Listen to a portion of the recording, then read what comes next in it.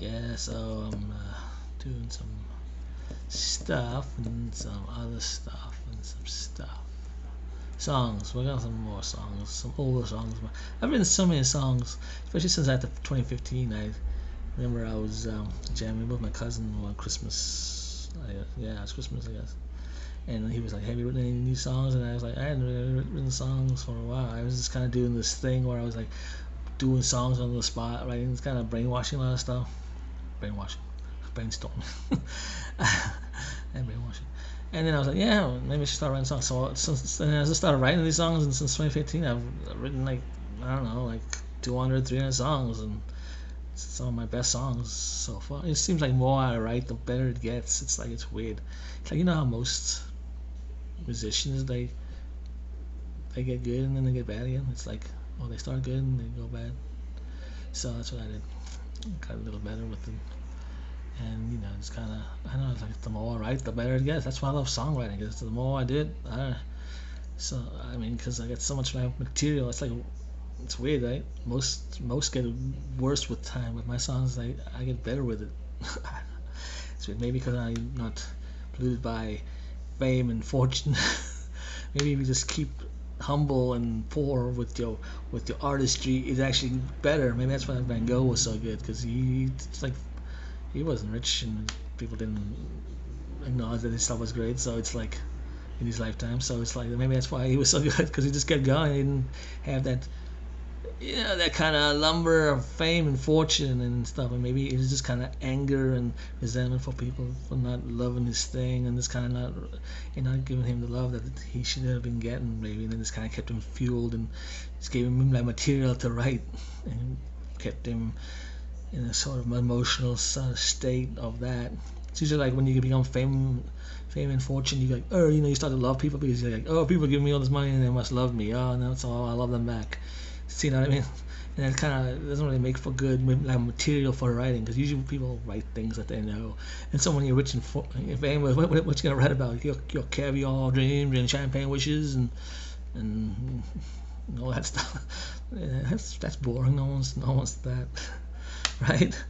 It's like when rich people go on about, I gotta pay this $10 for some toilet paper. It's like you're rich, man. How are you complaining about it? They're still thinking that poor person.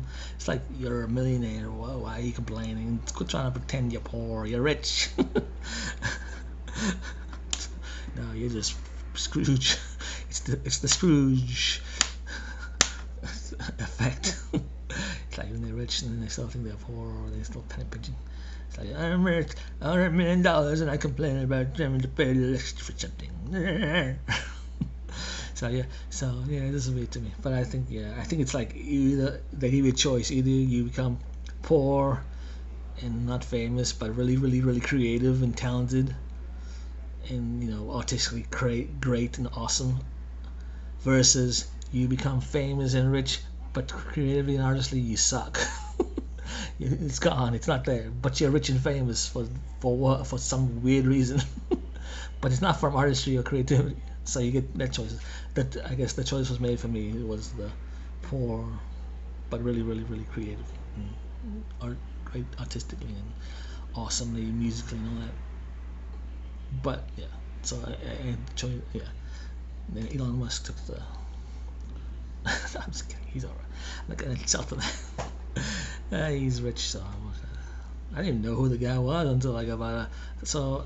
There's an episode of Scorpion mentioned him. I'm like, who is this guy? Because that one lady on there was like, I admire him. He's a genius. I'm like, who's this guy? They're talking. I never heard of him. Then I found out he's South African. I'm like, okay, he's South African. I'm South African. I'm always interested to know South African. So, I get all the South African actors are like in Canada and stuff, I guess.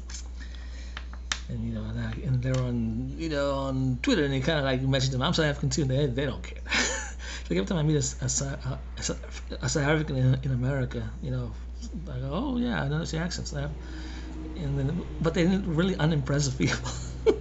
I go, I thought that, it's because I wasn't raised with. I'm from South Africa, but it's not. But then I moved to America at a young age. And so I wasn't really raised with South Africans around me, except for my family. So everybody, around is Americans. So when I meet a South African, I'm all excited and like, hey, it's cool. Hey, what's up? I'm South African too. And then they're like, oh, okay, and you go, okay. It's like unimpressive. I'm like getting unimpressed here.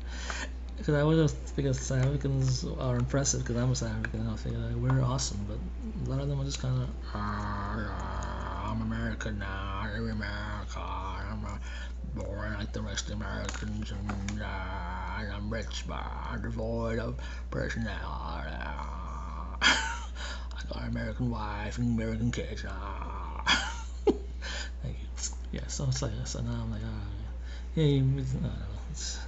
I don't know. I don't know why I expect South Africans to be cooler than Americans, but they're not. It's like people are like everywhere. Just like that episode of The Twilight Zone with Ryan McDonald. People are like everywhere. Marcus, Marcuson. You're right, Marcus.